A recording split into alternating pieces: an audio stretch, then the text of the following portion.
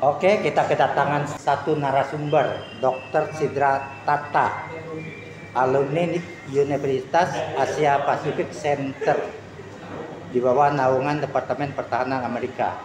Alumni dari universitas tersebut Susilo Bambang Yudhoyono, Andi Widianto, dan Koni Bakri. Betul Bang ya? Kita mau bahas dengan Bang Aryadi ini tentang politik kontemporer saat ini. Kemana arah Golkar koalisinya, Bang? Boleh Abang jelaskan? Menarik. Sebenarnya sebelum kita masuk ke situ kan ada sesuatu yang di Golkar di bawah kepemimpinannya Erlangga tuh ada pasang surutnya kan. Ada pasang surutnya, tarik menarik, gocek-gocekannya ya kan.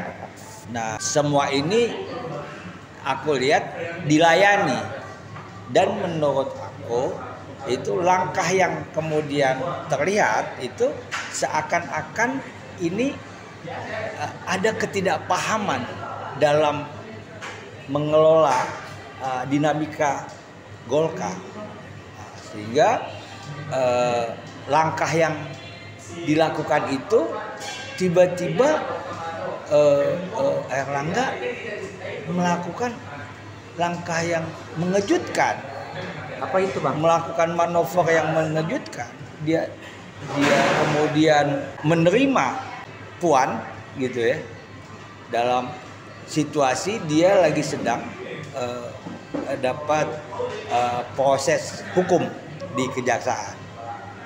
Tentu ini kemudian membuat pikiran yang bias dari penegak hukum, karena kejaksaan suka nggak suka memang faktanya di bawah bidang koordinasi dari PDIP. Itu udah menjadi Bukan rahasia umum. Bukan rahasia umum, udah sebuah fakta. Nah, dia mampu mengelola itu sehingga kemudian ini nggak lagi jadi tekanan yang begitu deras. Dan langkah berikutnya dia lakukan konsolidasi. Pertama ke dalam dengan mengelola DPD. Keluar tuh ada dua. Keluar setengah, di luar itu adalah dewan-dewan pembina itu, ya, termasuk Yusuf Kala. Dan keluar kedua itu dia kelola media, sehingga dia kemudian punya kesan, kemampuan, dia mendapatkan support dari kelompok masyarakat di luar bahwa ini mau digerus lagi nih Golkar, mau diambil lagi nih. Nah, dia lakukan manuver seperti itu sehingga akhirnya gerakan ini menurun, dan Erlangga satu saat ini unggul dalam permainan. Unggul Bang ya? Unggul dalam permainan saat ini. Sebagai orang yang di luar ya, mengamati ini, saya anggap ini dia unggul dalam permainan. Oke, kalau menurut Pak Dokter bagaimana nih Pak Dokter Sidra Tata tentang Golkar ini, anginnya? Iya, saya kira kalau kita melihat Golkar itu kan ada dua ya. Kita melihat Golkar sebagai sebuah sistem di mana Golkar ini adalah salah satu kekuatan politik yang dulu pada zaman Orde Baru kemudian melalui paradigma baru kemudian berintegrasi ke dalam sistem politik yang demokratis. Dan di situ saya melihat sosok Bang Aryadi Ahmad ini adalah sosok yang menjadi figur yang bisa merepresentasikan perubahan Golkar ke alam reformasi dan ke era demokrasi, sehingga pikiran dan tindakan beliau itu saya terus terang sangat apresiasi karena bisa betul-betul menjadi model bagi Golkar di alam yang berubah ke dalam sistem yang demokratis. Ya, kita mempelajari di dalam ilmu politik bahwa Golkar ini kalau seperti di Jepang ini seperti di LDP, sebuah partai yang liberal, partai yang demokratis di Jepang, dan itu berkuasa dalam waktu yang lama, dan mungkin visinya juga kurang lebih sama ya Golkar memiliki visi untuk terus berada di dalam kekuasaan. Tetapi Bang Aryadi ini boleh Golkar ini berpandangan bahwa boleh Golkar berada dalam ranah kekuasaan, tapi kehadirannya itu harus untuk mendorong perubahan. Nah, seperti pikiran beliau soal Rocky Gerung, soal kekuasaan itu tidak taken for granted, tidak, bahasa Jawanya itu tidak nerimo saja, tapi itu harus dianggap sebagai Golkar dalam kerangka mendorong kepemimpinan bangsa yang bisa memastikan bahwa kebijakan perubahan dan peran partai itu adalah untuk membangun bangsa yang berkeadilan dan juga untuk mendorong perubahan bangsa ini ke arah yang lebih baik. Kita pasti bahwa setelah Pak Jokowi berkuasa 10 tahun akan ada perubahan baru yang harus direspon oleh Golkar sebagai bagian penting dari upaya untuk melihat negara ini makin ke depan makin maju. Kemudian yang kedua, masa secara geopolitik sangat strategis, secara internasional dia berada pada posisi yang paling penting, posisi silang. Dia diperlukan oleh lawan dan kawan.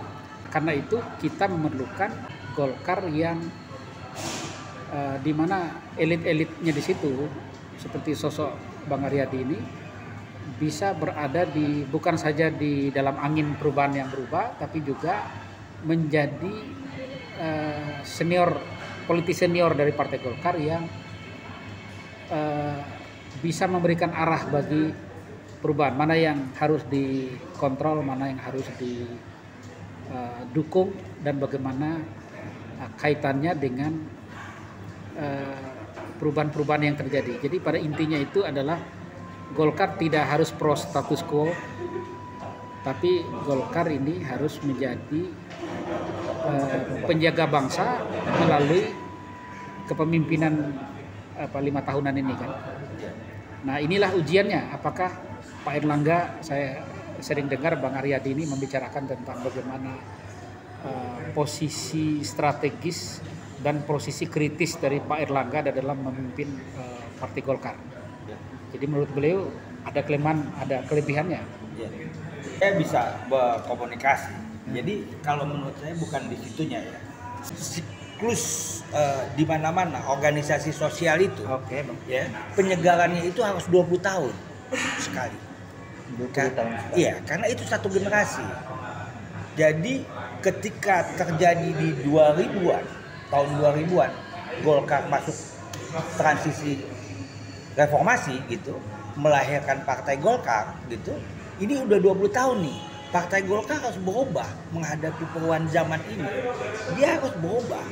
Dia harus bisa menjawab tantangan zaman hari ini, tuntutan zaman hari ini. Itu sehingga ketika 4.0 yang ditayangkan oleh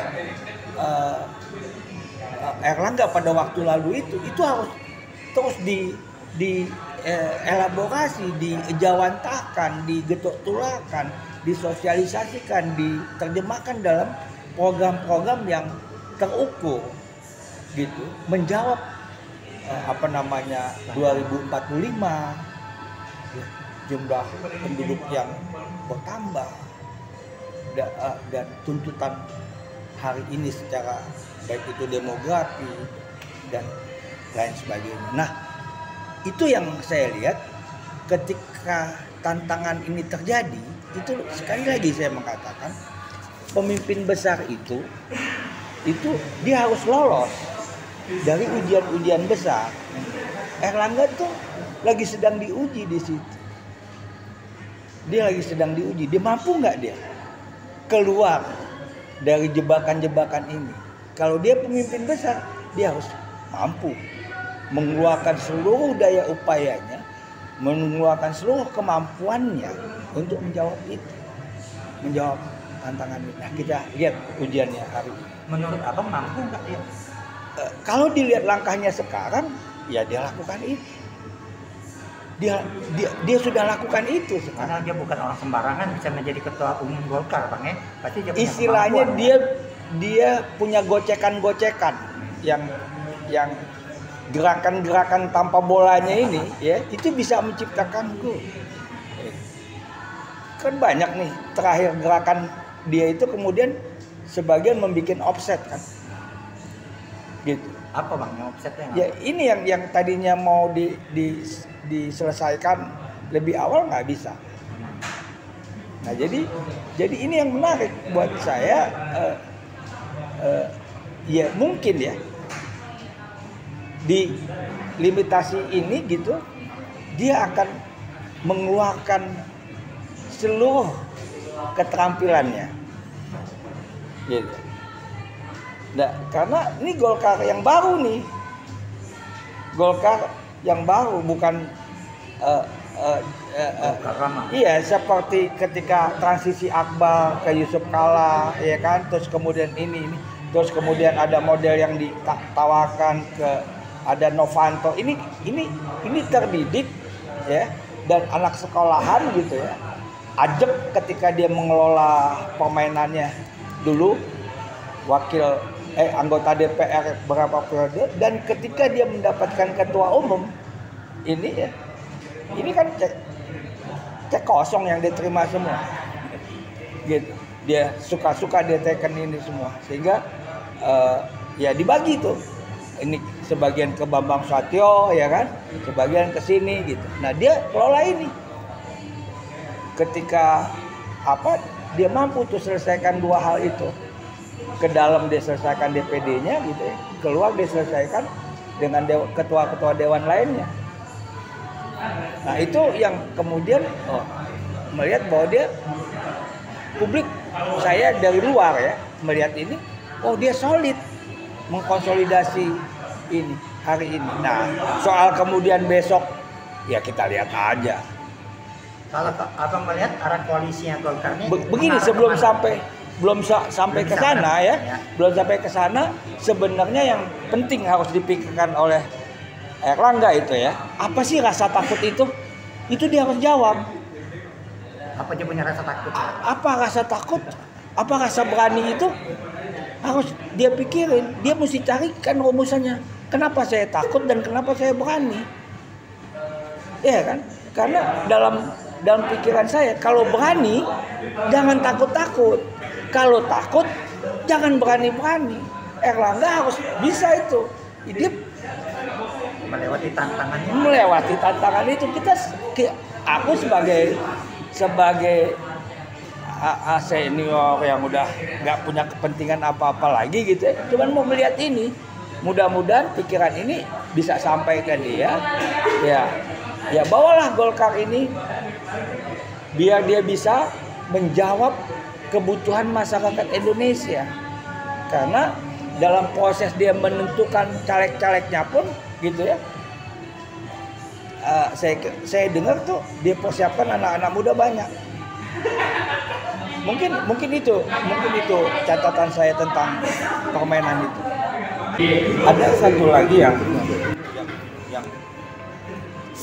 menarik ya, yang kemudian seperti musiknya Kus Plus, deg-deg plus, orang deg-degan melihat manuvernya si Erlangga ini, karena sampai sekarang ini dia masih tetap memegang amanat Mubes untuk Munas, untuk sebagai capres atau cawapres atau tidak sama sekali. Dia boleh memilih opsi pertama presiden, opsi kedua wakil presiden, opsi ketiga dia bisa menyerahkan itu bersama-sama dengan partai politik lain. Nah itu diserahkan pada Erlangga. Nah hari ini dia sedang membangun itu, dan saya kira tidak menutup kemungkinan itu terjadi bangunan-bangunan baru lagi. Misalnya Erlangga bersama Caimin membangun poros baru. Nah, ini menarik karena semua opsi itu di Golkar pasti dikaji, pasti dilihat, dan Golkar yang saya pahami seluruh kadernya bergerak ke segala ini untuk menjaga ini, karena Golkar itu memang partai politik yang menurut saya excellent nggak bisa emosi-emosian, semuanya ditata dengan bagus. Bentuk-bentuk, contoh yang sekarang ini kan, bentuk-bentuk, tapi tak begitu selesai tidak ada. Coba lihat sekarang, begitu tak bentuk Solid, tak solid lagi. Nah, saya mau tanya Bang, faktor ini senior itu dominan nggak di Golkar? Sangat hormat sama senior itu Seperti kepada Pak Yusuf Kala, Abu Rizal Bakri, dan lain-lainnya. Sangat, ya? sangat. Karena kita kan tetap aja akar kita ini kan akar timur. Akar peradaban kita tuh timur. Tapi kita mengutamakan gagasan. Perdebatan boleh saja, pilihan boleh berbeda. Tapi ketika truk masuk, kan ini orang-orang ini bereaksi marah ya karena mereka belum ngerti apa yang sedang dibangun oleh Airlangga. Mungkin disitulah perlunya ya kalau menurut aku ya, Airlangga harus menghidupkan kembali jaringan-jaringan yang pernah tumbuh pada waktu sebelum Orde Baru itu. Misalnya komite-komite kesenian, komite-komite yang bersifat intelektual, kelompok intelektualnya, kelompok pertaniannya, nelayannya, itu harus dong. Kino-kinonya. Iya, kino itu harus tetap dihidupkan atau bikin yang baru ada, tapi itu harus betul-betul direvisi semuanya karena 20 tahun ini harus 20 tahun ini harus ada penataan ulang, ada servis overall nih. Dan Airlangga lagi sedang melakukan itu. Akan menjadi juara lagi Bang ya. Dia itulah mimpinya dia karena dia ingin dicatat oleh sejarah bahwa dia adalah estafet yang menjawab setelah reformasi. Oke Bang, sampai di situ Bang. Airlangga ingin menjawab estafet reformasi. Oke Bang ya.